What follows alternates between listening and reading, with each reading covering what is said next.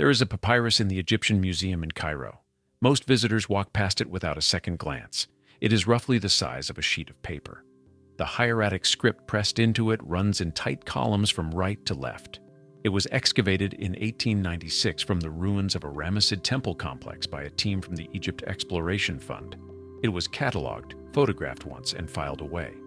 For over a century, it was classified as a religious text, standard funerary material, nothing unusual. Then, in 2003, a researcher at the University of Copenhagen sat down with a digitized copy and noticed something that had been overlooked by every scholar who had looked at it before. The document was not a religious text, it was a star map, and what it recorded, the specific event described in its columns using the precise technical vocabulary of Egyptian astronomical observation, has never been matched to anything in the historical record.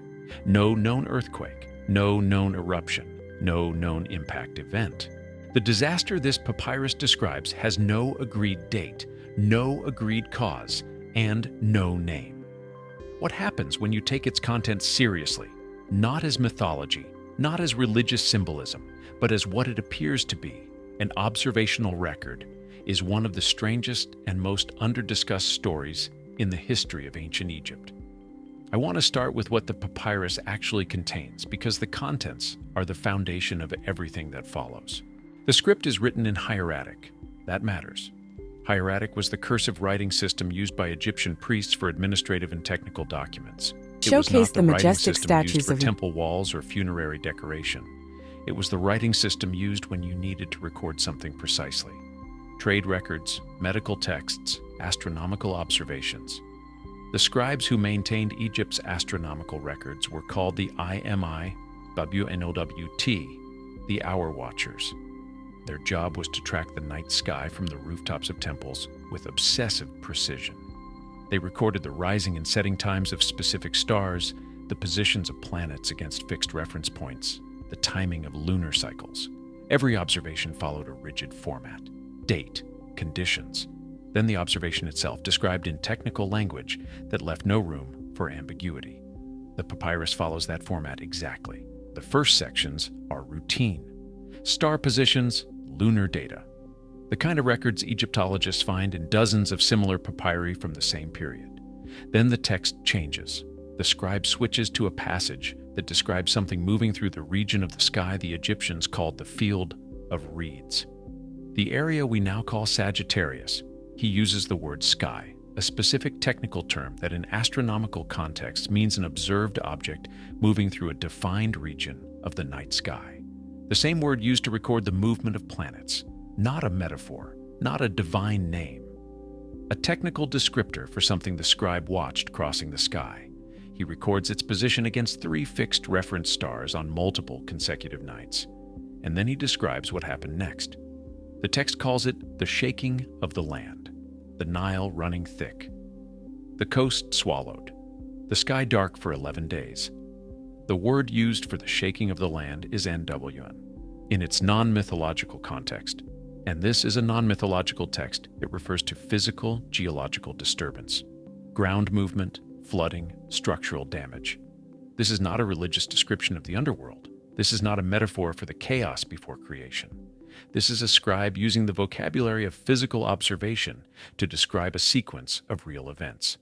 Something crossed the sky, and the land was damaged afterward. In 2003, Liz Brack-Bernsen published her analysis of the papyrus in the journal Centaurus. Brack-Bernsen is not a fringe figure. She is a historian of mathematics and astronomy at the University of Copenhagen, who spent decades working on Babylonian astronomical texts before turning to the Egyptian material.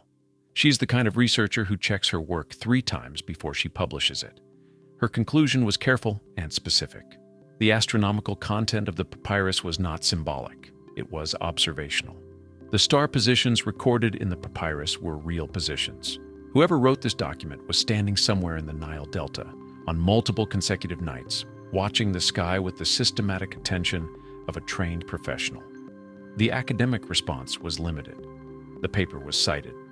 The broader question it raised was not pursued.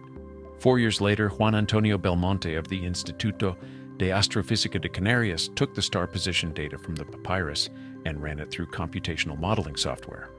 the kind of software modern astronomers use to calculate the precise configuration of the night sky for any date in history.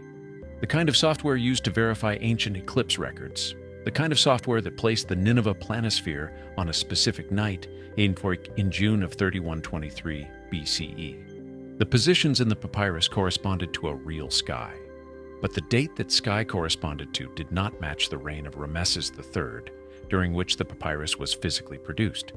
The configuration Belmonte's software identified falls somewhere between 3200 and 3400 BCE, the pre-dynastic period, before the first pharaoh, before the unification of Egypt, before the hieroglyphic writing system was formalized into the form we recognize. Belmonte published his findings in the Oxford Encyclopedia of Ancient Egypt and in a peer-reviewed volume co-authored with Mosallam Shaltut titled In Search of Cosmic Order. He did not speculate beyond what the data showed. He described the result as, in his own words, without satisfactory resolution. That is a careful phrase from a careful scientist. It means, we ran the calculation appears to be correct, and we cannot explain what it is pointing at. No counter-analysis has been published. No one has shown that the stellar positions in the papyrus correspond to a different date. The calculation stands. The question it raises has been left open. If you're interested in ancient records that mainstream scholarship has declined to answer seriously, subscribe. I cover this kind of content every week. Now, I want to say something about what it would mean if the papyrus is recording an observation from the pre-dynastic period. It would mean that someone in the Nile Delta sometime around 3200 BCE watched something cross the sky and recorded it with enough precision that the observation survived, copied and recopied through 15 centuries of Egyptian scribal tradition, until it ended up in a papyrus produced during the reign of Ramesses III. That preservation was not accidental. Egyptian temple archives functioned the same way the library of Ashurbanipal functioned, deliberately. Scribes were trained to copy significant texts from older source material. What was preserved because someone considered it worth preserving. A record of a specific astronomical event from 1500 years before the papyrus was made was considered worth copying and keeping. Why? The obvious answer is that the event being recorded was significant enough, catastrophic enough, unusual enough, that the record was treated as too valuable to lose. An eyewitness astronomical account of something crossing the sky above the Nile Delta, followed by 11 days of darkness and the physical destruction of the coast, would qualify. Here is where a second body of evidence enters the picture, and it does not come from Egyptology. In 2011, a team of marine geologists from the University of Rhode Island and the Hebrew University of Jerusalem published a study in the journal Geology. The team was led by Dr. Beverly Goodman Chernoff. They were examining sediment cores taken from the floor of the eastern Mediterranean, looking for evidence of large-scale seismic and tsunami events in the prehistoric period. What they found was a distinct layer, a layer of material deposited by an extremely high-energy water event, appearing in cores taken from sites off the coasts of what are now Israel, Lebanon, and Egypt. The chemical signature consistent with deep-sea sediment displaced by a major event. The energy required to deposit this layer at the distances described by Goodman Chernoff as orders of magnitude beyond any historically documented tsunami in the region. The date of this layer, approximately 3200 BCE, Goodman Chernoff proposed a submarine landslide triggered by seismic activity as the most conservative explanation. She acknowledged that an impact event, a bolide entering the eastern Mediterranean, was consistent with the evidence. She said the cause could not be confirmed without additional data. The Nile running thick, the coast swallowed, the sky dark for 11 days. A major impact event in the eastern Mediterranean would produce all three. The object itself visible as fire crossing the sky, the displaced water pushing inland across the delta, the ejected material darkening the sky for days to weeks. The date Goodman Chernoff's sediment layer points to falls within the stellar date range Belmonte calculated for the sky described in the papyrus. Neither team knew about the other's work when they published. There is a third line of evidence, and it comes from archaeology. The unification of Egypt, the event that marks the beginning of Egyptian civilization as we recognize it, is traditionally dated to around 3100 BCE, associated with the pharaoh Narmer. the joining of Upper and Lower Egypt into a single kingdom. What is less commonly discussed is what happened in the delta immediately before that unification. Archaeological evidence from the pre-dynastic period shows a significant disruption in Lower Egypt in the centuries before Narmer. Settlement patterns shifted. Agricultural sites that had been continuously occupied for generations were abandoned. The population distribution across the delta changed in ways consistent with a large-scale displacement event. Dr. Fekri Hassan of University College London documented this disruption in a 2002 paper published in the Cambridge Archaeological Journal. Hassan identified evidence of catastrophic flooding events in the delta region during this period. He proposed that extreme environmental stress played a significant role in the social transformation that led to unification. He did not reference the papyrus. The papyrus analysis came the following year, but placed these three bodies of evidence alongside each other and the picture is coherent. Something happened in the eastern Mediterranean around 3200 BCE. The geological record confirms a high-energy event of unknown cause. The archaeological record confirms a major disruption to human settlement in the Nile Delta in the same period, and a papyrus produced 15 centuries later in the technical vocabulary of Egyptian astronomical observation describes something crossing the sky followed by the physical destruction of the land and the river. Now I want to address what researchers found when they looked at a second Egyptian source, because this is where it becomes difficult to explain away as coincidence. In the Temple of Hathor at Dendera, one of the best preserved temples in Egypt, there are two famous astronomical ceilings. The circular Dendera zodiac, now in the Louvre, has been studied since Napoleon's expedition. Its stellar configuration has been dated to approximately 50 BCE, the Ptolemaic period in which the temple was built. The second ceiling is less discussed, a rectangular astronomical panel in the outer hypostyle hall. Researchers have called it the rectangular zodiac. It has received a fraction of the scholarly attention given to its circular counterpart. In 2017, astrophysicist Dr. Giulio Magli of the Politecnico di Milano analyzed the rectangular zodiac. Magli specializes in archaeoastronomy and has published extensively on Egyptian astronomical alignments. His finding was specific. The stellar configuration of the rectangular zodiac does not match the Ptolemaic sky. It matches a significantly earlier sky, and within that earlier configuration, Magli identified a region of the map showing an anomalous object, something that does not correspond to any known planet, star, or constellation in the standard Egyptian canon. His paper was published in the Journal of Astronomical History and Heritage in 2018. He proposed that the rectangular zodiac preserves an older observational record copied into the Ptolemaic temple from source material that no longer survives.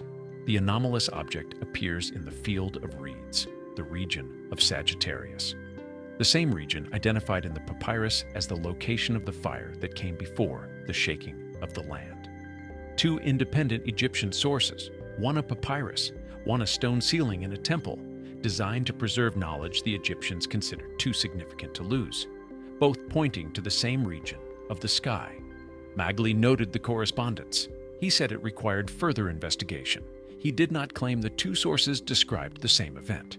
No follow-up study has been published. I want to be precise about what the available evidence does and does not establish. It does not prove that a large object entered the eastern Mediterranean around 3200 BCE and triggered the events described in the papyrus. The chain from the astronomical observation to the geological layer to the settlement disruption involves multiple steps, each with its own uncertainties. Brack-Bernson's linguistic analysis, Belmonte's stellar dating, Goodman-Chernoff's sediment study, Hassan's archaeological record, and Magli's Dendera analysis were conducted independently by researchers working in different fields, none of whom connected all five bodies of evidence together. What the evidence does establish is this: JE 95265 contains astronomical data recorded by a trained observer using the technical vocabulary of Egyptian professional astronomy. The stellar positions in the papyrus, when run through the same software used to date other ancient astronomical records, point to a sky from the pre-dynastic period. An independently dated geological event in the eastern Mediterranean falls within that same period. Settlement patterns in the Nile Delta show disruption consistent with catastrophic environmental stress at the same time.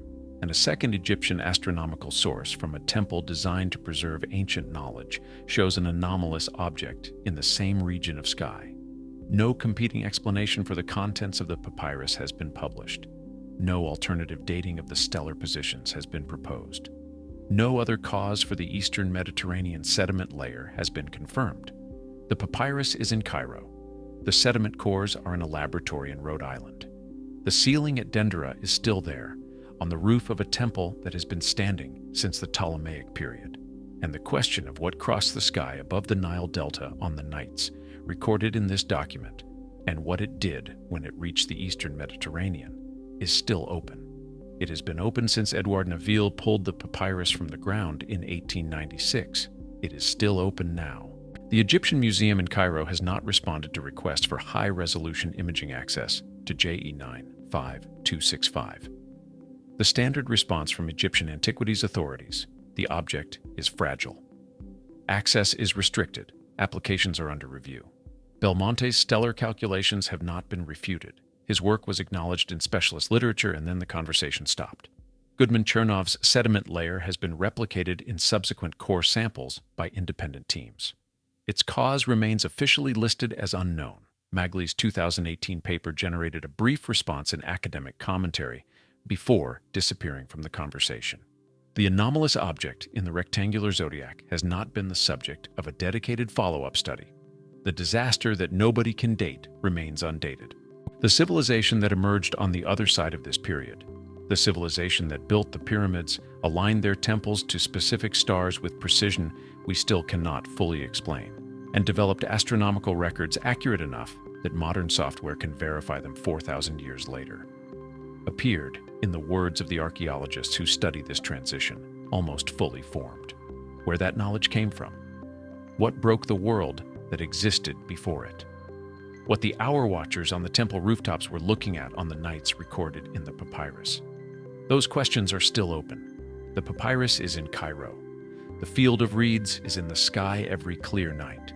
And whatever crossed it in the years before the first pharaoh ruled the Nile is still the most specific answer anyone has produced to the question of what the papyrus is recording.